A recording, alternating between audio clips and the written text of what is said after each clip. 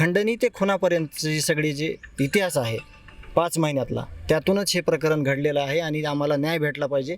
सगळ्या आरोपींना फाशी झाली पाहिजे. संतोष देशमुख हत्या प्रकरणातील आरोपींना फाशीची सजा द्यावी या मागणीसाठी संपूर्ण मराठवाड्यामध्ये मोर्चे आणि आंदोलनं करण्यात आलेली आहेत. आता तेच मोर्चे विदर्भातमध्ये सुद्धा होत आहेत. आज वाशिममध्ये मोर्चा आहे आणि या मोर्चामध्ये त्यांचे भाऊ धनंजय देशमुख हे स्वतः सहभागी होणार आहेत. आपल्यासोबत स्वतः धनंजय देशमुख आहेत. तर काय सांगाल, मराठवाड्यामध्ये मोर्चे झालेत, आता विदर्भातही होत आहे, वाशिममध्ये आज मोर्चा होत आहे आणि यामध्ये आपण सहभागी होणार आहात. शाह समाजाच्या भावना आहेत की देशमुख कुटुंबियाला न्याय मिळाला पाहिजे आणि माझी ह्या मोर्चातून मुख्य मागणी असेल की आजपर्यंतचा तपास सगळा आम्हाला माहिती करून घ्यावा. ह्याच्यात कोणी अडसर आलं आहे का, ह्याच्यात काही राजकीय दबाव आलेला आहे का, किंवा ह्याच्यात कोणाला जाणीवपूर्वक वाचवलं जातं आहे का, तर ह्याचं सगळं आम्हाला माहिती मिळाली पाहिजे. आणि माझी मुख्यमंत्र्यापासून ते आत्ता पण सगळ्यांना मागणी आहे, सगळ्या यंत्रणेला, की सगळे आरोपी ह्यांना शिक्षा झाली पाहिजे, तरच देशमुख कुटुंबियाला न्याय मिळणार आहे. आणि खंडणी ते खुनापर्यंतची सगळी जी इतिहास आहे 5 महिन्यातला, त्यातूनच हे प्रकरण घडलेलं आहे आणि आम्हाला न्याय भेटला पाहिजे. सगळ्या आरोपींना फाशी झाली पाहिजे. 1 महिना उलटून गेलेला आहे, मात्र कृष्णा आंधळेला अद्यापपर्यंत अटक करण्यात आलेली नाही. कुठंतरी सरकारचा पाठिंबा आहे. त्यांनी जर काही पुरावे नष्ट केले तर त्याची सर्वस्वी जिम्मेदार यंत्रणा आहे, ह्याचा मी आत्ता स्पष्ट करतो. त्यांनी जर कुठले पुरावे नष्ट केले तर ह्याची जिम्मेदारी सगळी सरकार आणि यंत्रणा ह्यांची असेल, असं मी नमूद करतो. एक वैभवीचा व्हिडिओ व्हायरल झालेला आहे. तिचं म्हणणं आहे की बा आम्हाला या तपासातली माहिती दिल्या जात नाही आहे. हां, मी ते आत्ताच बोललो ना की आम्हाला तपासातली माहिती आज संध्याकाळपर्यंत अधिकृत सगळ्यांनी दिली पाहिजे, सगळ्या यंत्रणेनं. आणि आम्हाला आश्वासित केलं पाहिजे की सगळ्या आरोपींना शिक्षा होणार आहे, फाशीची शिक्षा होणार आहे आणि सगळे आरोपी ह्याच्यामध्ये मोका आणि खुनाच्या प्रकरणात आले पाहिजेत, अशी आमची मुख्य मागणी आहे. वाल्मिक कराड सध्या अटक आहे, मात्र अद्यापही त्यांच्याकडे लाडकी बहीण योजनेचं पद आहे. कसं पाहता इकडे? मुख्यमंत्री साहेबांना त्या गोष्टीचा विचार करायचा.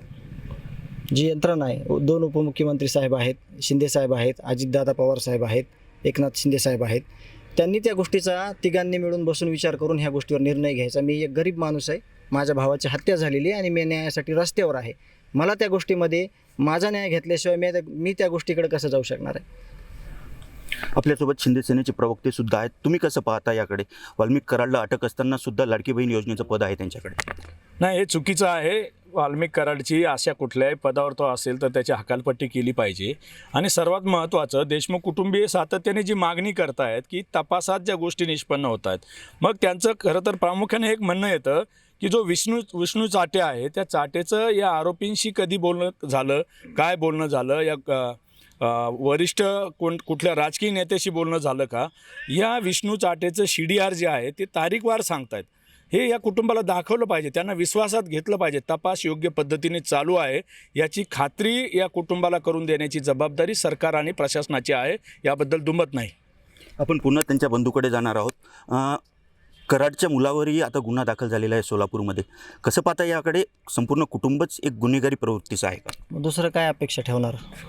हे आरोपी आहेत किंवा हे गुन्हेगार आहेत, तर त्याच्याकडून काय अपेक्षा ठेवायची समाजानं, किंवा त्यांनी तरी दुसरं काय करायचं? साहजिकच आहे ना, जे पेरल तेच उगवणार ना. हेच 15-22 गुन्हे ह्यांच्यावर आहेत, तर ह्यांच्यावर गुन्हे असणारच आणि तेच करतायत. ते ह्यांना जे केलं ते पुढं चालू ठेवलं आहे वारसा. नेमका आता 1 महिना उलटून गेलेला आहे, अद्यापपर्यंत एक आरोपी फरार आहे. लवकरात लवकर जर अटक नाही करण्यात आली तर पुढची भूमिका काय असणार आहे समाजाची? अटक तर केलंच पाहिजे त्याला, आणि त्याने जर कुठं हा फरार आहे तोपर्यंत काही पुरावे नष्ट केलेले असतील तर त्याचा जिम्मेदार सर्वस्वी यंत्रणा राहील, हे असं मी या ठिकाणी सांगतो.